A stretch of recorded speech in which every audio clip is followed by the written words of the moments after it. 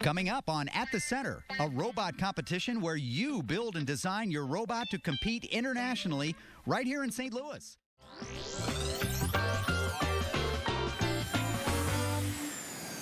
Well, as you can probably tell, we are not at the Science Center. We're at the Chaffetz Arena, which is where you'll see the first robotics competition. Paul Humphreys is one of the mentors of a Boeing employee, correct, Paul? That's correct. Boy, this is exciting. I know the kids are very excited about it. Tell us about your role as a mentor. All right, as a Boeing mentor, what I do is I provide some of the guidance towards the kids, particularly on to look at alternatives for what would become the ultimate design for the robots. How about you guys pop that open so we can take a look at it? All right. With what we do is we go through and try and come up with what we believe is the appropriate design to meet the requirements defined in the rule book. As a mentor, one of the things that you don't want to do is stifle the creativity of the kids. You want to lead them.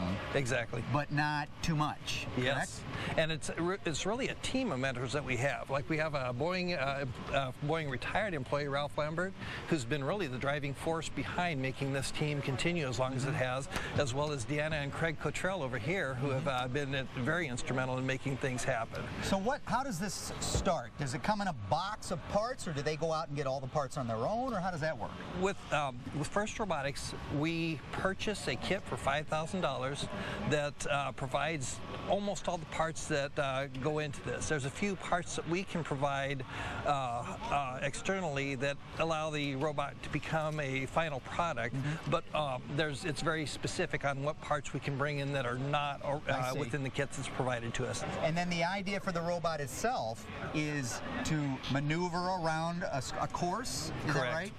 In this case, this is last year's model. We ended up doing a game where we had to climb over humps, and then there was a goal that we would end up kicking a soccer ball into. So that meant that we had to design a robot that was capable of maintaining an amount of clearance as well as having the traction to be able to climb and then take the ball that was there and kick it on into a goal that was elevated. Wow.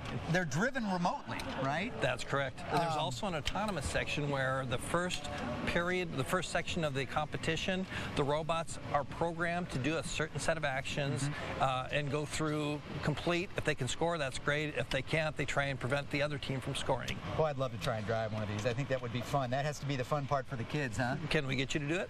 Me to drive it? Yeah. You would let me drive it? You would trust me? Put you back here. I think you better ask the kids first. They're the ones that put in the man hours. Quite well made. Is it all right with you guys? Yeah. Awesome. All right. I'm sure I'll wreck it. All right, so it drives like a tank, huh? Yep.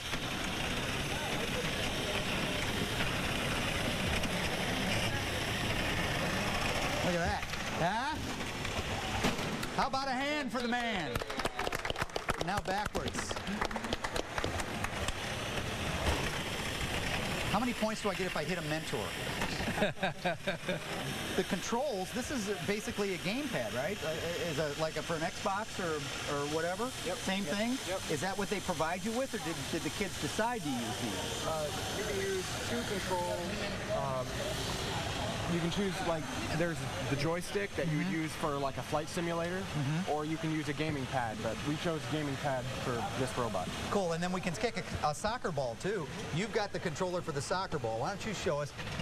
On this control, you have two buttons. One is to prime the air compressor, the controls the kicker, and then another one to release. And you're getting ready to kick a mentor, right? Which mentor are you going to aim at? Who's the meanest? Get him. Do it. Yeah!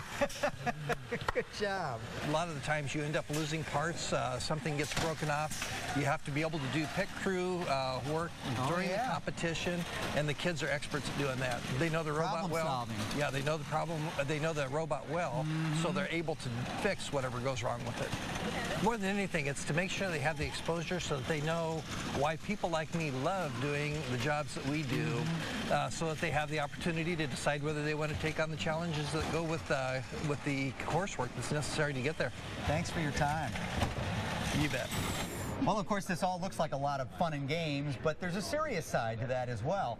in her real life, Val Bring is an executive in the military aircraft division at Boeing, correct? That's correct. But this has to be a great part of your job, is overseeing this activity. Yeah, one of the most fun parts of my job is I get to be the St. Louis Regional Executive Focal for our FIRST organization. That's and great. So in support of that, we have about 50 local mentors that support over 30 teams here in the region.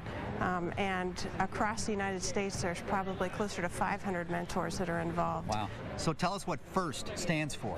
For Inspiration and Recognition of Science and Technology. Well, that makes perfect sense. This has to be, these kids that are working in this program has to be a talent pool for Boeing. Boeing has to be looking at this as a major investment in their future as well.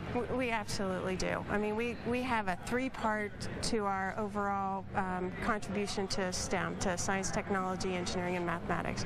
It's about relevance, showing the kids what you really do with science and technology kinds of careers. It's about being a role model, so it's showing them what that really looks like, and it's by providing reach far beyond what any monetary amount that we donate can do.